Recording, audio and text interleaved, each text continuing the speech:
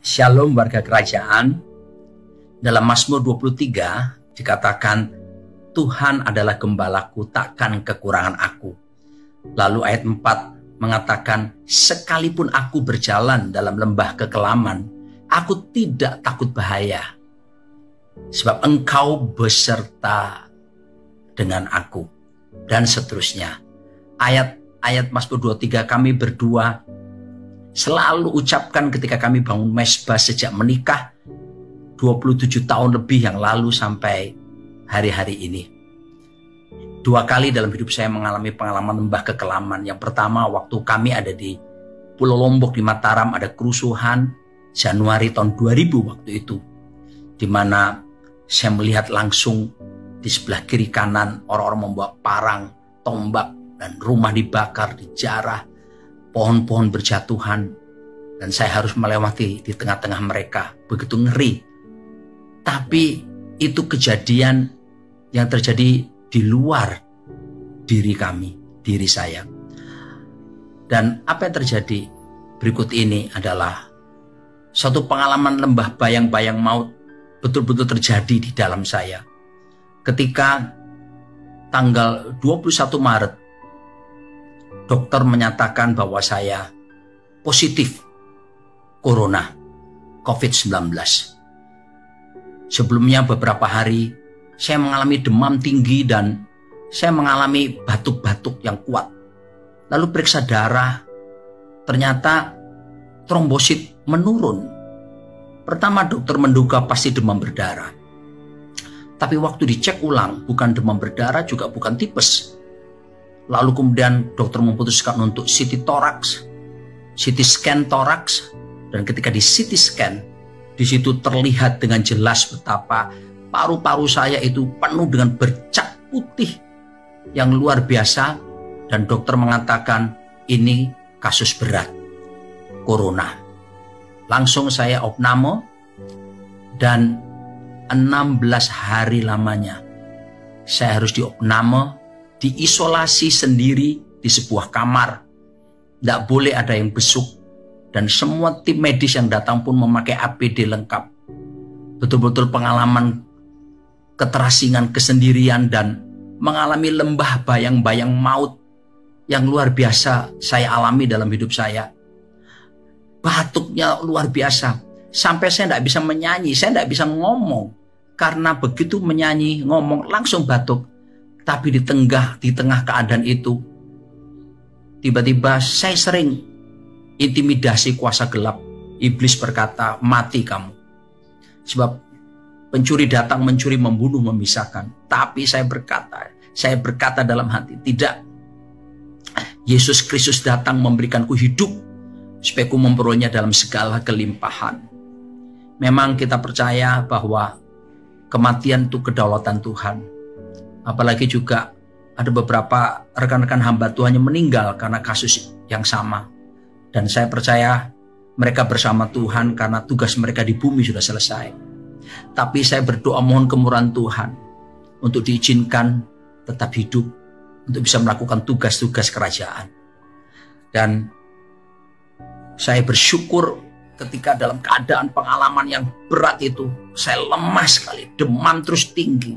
Saya harus mengalami infus kiri, kanan. Karena apa? Karena terjadi pembengkakan ketika saya sedang diinfus. Lalu kemudian obat-obat yang ditembakkan, betul-betul dibombardir dengan segala macam obat antibiotik, lalu vitamin-vitamin, lalu kemudian berbagai hal. Ada suntikan tambahan yang diberikan, injeksi tambahan, selain itu obat-obatan, minuman. Tapi yang luar biasa adalah di dalam batin hati ini terus muncul nyanyian yang tiada henti. All my life you have been faithful. Nyanyian ucapan syukur, tidak henti-hentinya mengalir dalam batin saya, karena saya tidak bisa menyanyi. Setiap batuk akan keluar. Lalu dalam keadaan lemah berhari-hari tersebut, saya cuma bisa mengandalkan Tuhan, berharap sama Tuhan. Dan saya bersyukur untuk Bapak Rohani, Pak Timotius Arifin. Tiap hari beliau video call. Tiap hari beliau ucapkan firman. Mulai dari Mazmur 91, Mazmur 16, Mazmur 27, dan banyak ayat-ayat yang dia sampaikan. Pak Arifin sebagai Bapak Rohani berkata, Roni, kamu adalah pembicara kerajaan Allah. Kamu adalah aset kerajaan Allah. Roni, kamu akan menikahkan anak-anakmu. Kamu akan menuntun Tirsa masuk ke pelaminan. Roni, dia mengatakan hal yang akan datang. Bahkan dia berkata bahwa, Roni, kamu akan sampai masa tua, rambutmu putih semua tapi tidak ada jambulnya lagi. Dan betul-betul saya dikuatkan. Terima kasih Pak Arifin, betapa pentingnya father and son relationship itu. Bukan sekedar jadi pemimpin, tapi jadi bapak. Dan saya percaya ini yang dibutuhkan oleh generasi saat ini. Karena generasi saat ini adalah fatherlessness generation.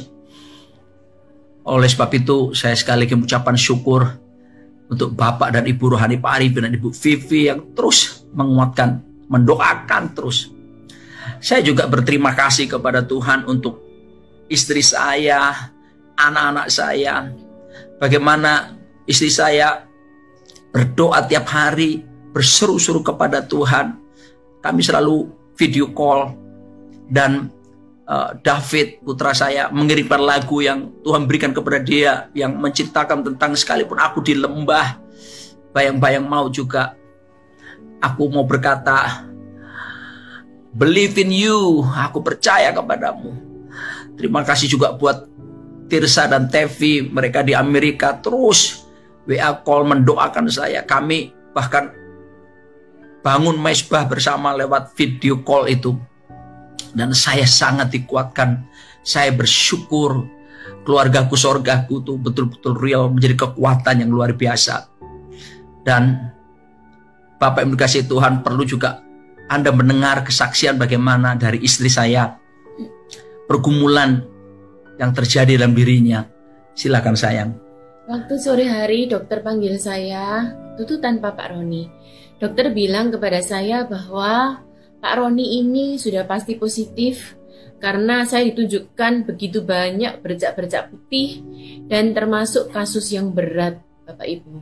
Pada waktu saya mendengar seperti itu, jujur kata saya gemeter luar biasa.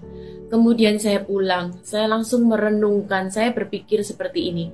Ya Tuhan, nyawa itu sangat berharga buat Tuhan. Ya. Kita seringkali tanpa sadar, Bapak Ibu, kita menjalani hari-hari seperti biasa, kita meremehkan waktu demi waktu, jam demi jam, hari demi hari, kita meremehkan itu berlalu seperti biasa.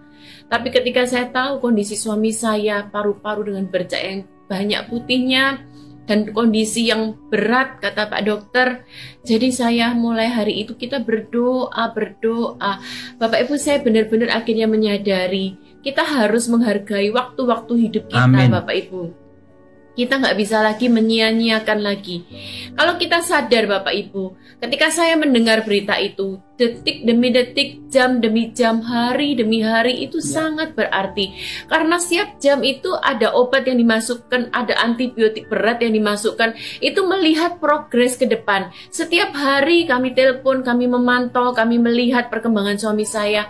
Karena hari demi hari itu sangat berarti buat kami, jam demi jam sangat berarti. Dari situ kami sadar Bapak Ibu, betapa waktu itu luar biasa, betapa nyawa itu luar biasa. Pak Arifin sama Bu Vivi sebagai Bapak Ibu rohani kami juga memberikan di dalam Mazmur 27. Saya juga baca, saya perkatakan, Tuhan, kami akan menikmati kebaikan-Mu di negeri orang hidup. Betapa berharganya kehidupan Bapak Ibu. Nah, terus kami berdoa.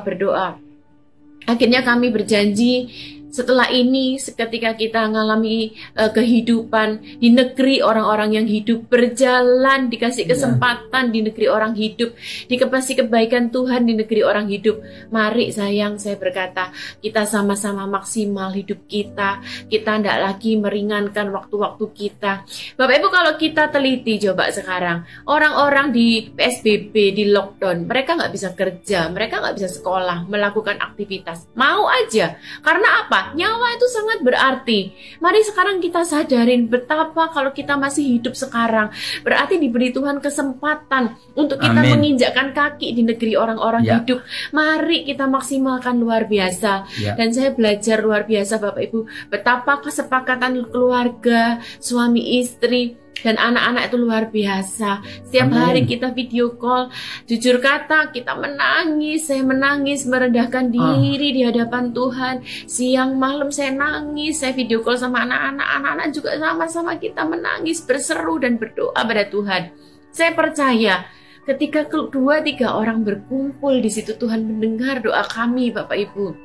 Dan satu hal terakhir, saya belajar bahwa ayo kita merendahkan diri. Kita mungkin tanpa sadar, kita sibuk, aktivitas. Tanpa sadar, kita itu lebih mengutamakan kesibukan kita daripada kita sama Tuhan. Saya percaya ini semua Tuhan izinkan supaya kita kembali kepada tujuan awal Tuhan. Supaya kita ada di muka bumi ini. Yaitu apa sih? Kita menyembah Tuhan. Kita intim sama Tuhan.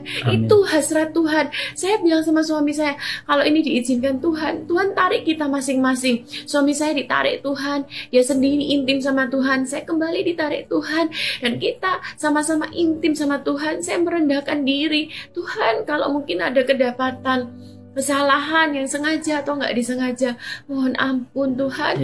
Kami merendahkan diri Bapak Ibu. Saya perkatakan firman Tuhan. Saya perkatakan seperti seorang wanita yang 12 tahun perdarahan, dia menjamah jubah Yesus. Saya perkataan, Yesus, aku jamah Engkau Tuhan. Seperti Bartimius yang berteriak, Daud, Yesus anak Daud, kasihanilah aku. Kami juga berdoa seperti itu, merendahkan diri. Terus kemudian saya perkatakan, jika Engkau mau Tuhan. Jadi yang saya dapatkan gini Bapak Ibu, ayo kita menghargai kalau kita masih ada kesempatan hidup. Mari kita hidup menikmati kemurahan Tuhan di tanah orang hidup sambil kita maksimalkan hidup kita.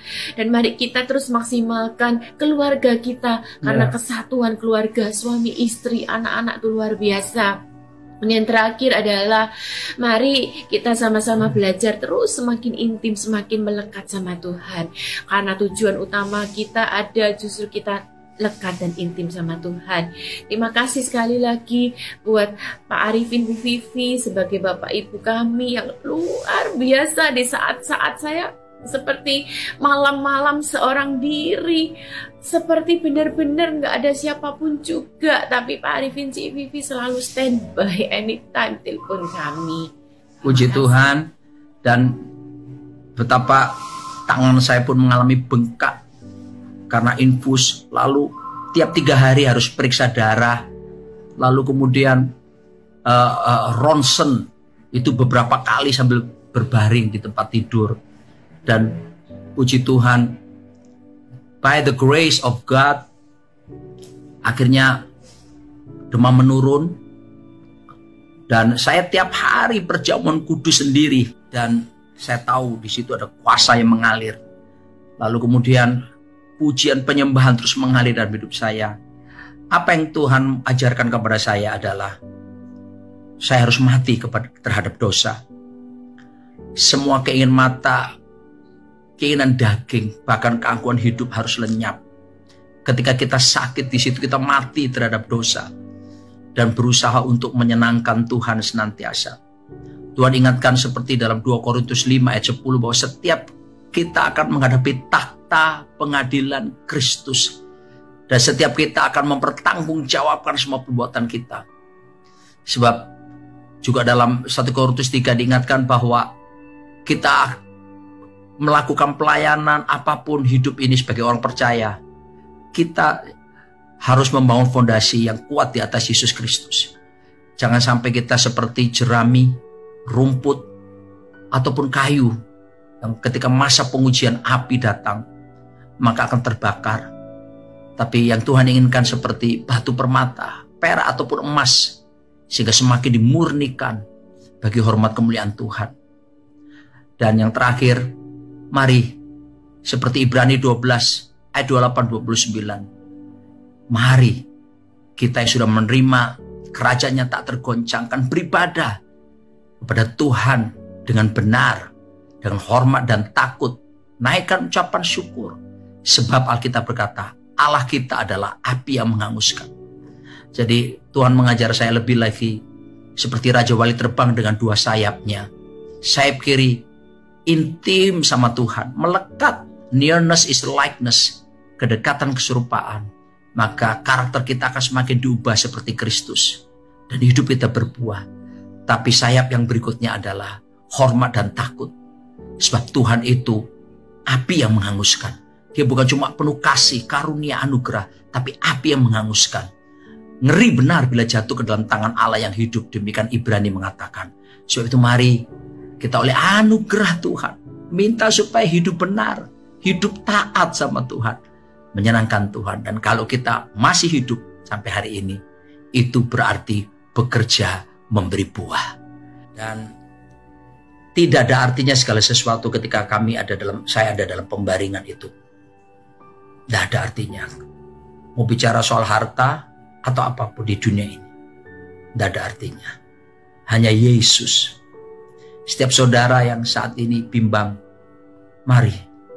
Yesuslah jawaban. Yesuslah satu-satunya kehidupan dan yang jaminan kepada kekekalan. Sebab itu datang pada Yesus. Lagu ini terus mengalir. Dan saya bawa gitar kecil ini di rumah sakit juga. All my life you have been faithful. All my life you have been so good. With every breath that I am able, oh, I will sing of the goodness of God. I will sing of the goodness of God. Tuhan Yesus memberkati Anda semua. Amin.